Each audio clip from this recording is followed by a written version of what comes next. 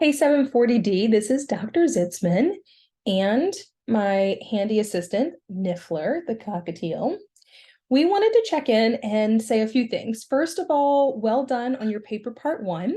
I have given feedback either through email for a few of you, but primarily I send feedback through Blackboard's feedback to learner.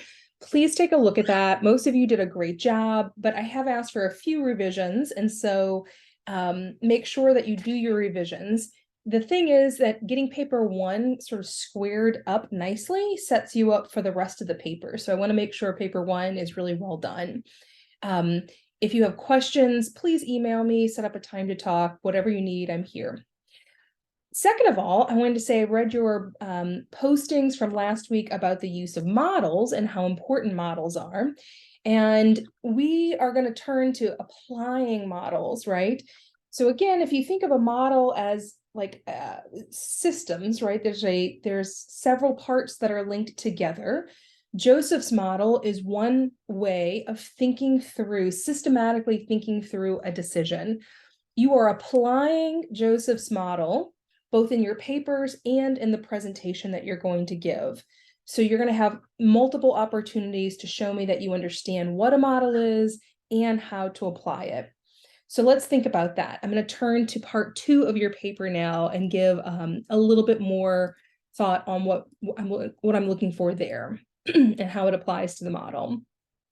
So this is that template that I've given, right? It's formatted in APA. Now, part 1 of the model, the start of the model, is essentially part 1 of your paper. And here you're telling me, as you recall, what your setting is, what the situation is, what the core conflict is. This is all just sort of framing what's going on that's creating this problem that you have to make a decision about. So that's the beginning, the first step of a model, wants you to really think clearly about who's involved, what's the placement, and what is at the heart of the issue. Now, as we turn to this next part of the model, Joseph calls this her background. I'm calling it research.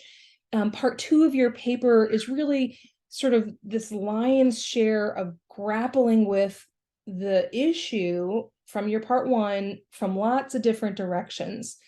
You're going to start with a review of the literature. This can be sort of you asking yourself, what would I need to know to make a better informed decision? What does the scholarly literature say about this particular client or situation or whatnot?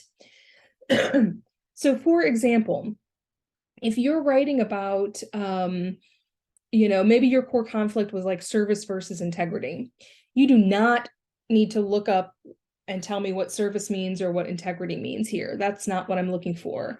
What I'm looking for is something like, okay, my supervisor has asked me to serve by running groups for people who are in recovery. Let me see if I can find scholarly literature that tells me best practices about that. And maybe the best practices say, hey, for people who are in residential recovery, outcome studies show that they have their best form of recovery when they're working in groups moderated by 2 facilitators for 8 weeks at a time. I don't know, I'm just making this up, but I'm giving it as an example of the type of literature you're looking for. You're looking for what evidence is out there that suggests something about the best practice in this particular situation. I want you to note in this literature review, you are not building an argument for one side or the other. In fact, you're trying to show me that you can think about both sides, that you can really deeply consider multiple perspectives. You can consider the perspective of service, and you can consider the perspective of whatever, integrity or competency. So you can consider both sides of your dilemma as you're reading the research. Again, ask yourself, this is part of the skill you're showing me, is to ask yourself, what do I need to know? What might be in the literature that would help me think better about the choice I need to make? Okay, that's the literature review. And again, this is part of Joseph's model. She says we need to go and look up evidence-based things. Use direct quotes sparingly. Please, I want to see your voice, your ideas, not that you are just simply stringing together a bunch of quotes. Okay. Okay. The second section is looking at ethical theories. That's theories we covered in this class, not theories from your human behavior class. So I do not want cognitive theory. I do not want behavioral theory. I want theories around egalitarianism. That's coming up this week as a justice theory, or theories like utilitarianism, deontology, teleology, proportionality, all those from that second week when we looked at theories. You're going to tell me about the theory you choose. So show me that you know what this theory is about at its core, and then apply it. What does this mean in your situation? So if you choose utilitarianism, I want you to show me, okay, if I make utilitarianism as consequentialist, so if I make this decision, here are the consequences. And if I make that decision, here are the consequences. And utilitarianism wants me to make the most efficient decision. So which one of these creates the greatest good for the greatest number? So apply the theory, show me that you know it and you can apply it. Okay. And this is, again, we're sort of systematically working through multiple angles to look at the same problem, right? So in this next section, laws and mandates, for some of you, this will not be a major section. For some of you, this is the primary section, right? So what do you need to look at? This is not the code of ethics. Our code is not a set of laws. It is a professional code. So I'm looking for laws like HIPAA is a big one, our privacy stuff. FERPA is a big one if you're working in an educational setting. Mandated reporting laws are really important. So let's go with that one. So let's say you're on the brink of trying to make a decision about whether or not to report abuse or neglect of a vulnerable adult. Well, what you would need to do is look at the mandated reporting law in your state. How does that law define a vulnerable adult? What are the diagnoses? What are the symptoms? What are the legal specifications about what we mean by vulnerable adult and what we mean by abuse or neglect of that person? So the law section here, I know it gets a little bit dense, but it's really important. And think about practice. You're going to be held accountable. So I want to see here you practicing that ability to find the laws, to pull out the language of the law that's important for you, and to know what that means to guide your practice, okay?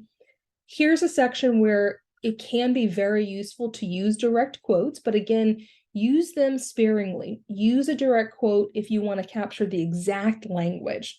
So for example, Maryland law defines a vulnerable adult as quote unquote, XYZ. So laws and mandates, very important. The next section of paper 2 is you're going to go to our code of ethics, and you're going to systematically work through all 6 sections, okay? Now, this is a grad school exercise that shows me that you have really deeply considered our code of ethics. I want you to look at your responsibilities to clients, to colleagues, in practice settings, as professionals, to the profession, and to broader society, all 6 of them. Even if it feels like one is the thing that you're going to draw from the most, that's fine.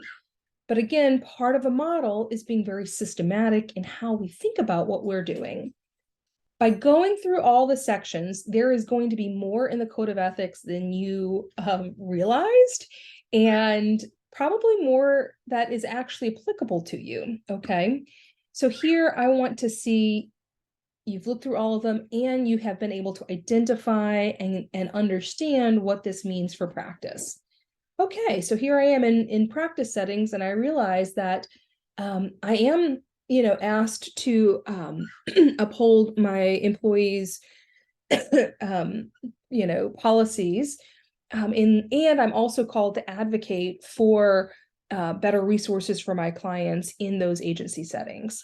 Okay, great. Well, what does that mean in terms of this situation? It means that this is a directive that would shift me towards advocating for my client. Boom. Or whatever it is. My point to you is I want to see you looking in, reading, show me that you are really grappling with and trying to understand where the code is bringing you. Again, the code of ethics is oftentimes the source of our dilemmas. So it might be that one part, to your clients is in conflict to another part, for example, broader society. That's okay. I just want to see that you have a good, thorough working knowledge of the code. The very last section of paper 2 is to look at relevant ethical principles. Please, for the sake of your paper, do not look at the code of ethics where it has values and principles. Paper 3, you're going to do that. Here, what I'm looking for are general ethical principles, things like beneficence, autonomy, non-maleficence. You can look at justice. People, Beauchamp and Childress have a great text about medical principles if you're in one of those settings.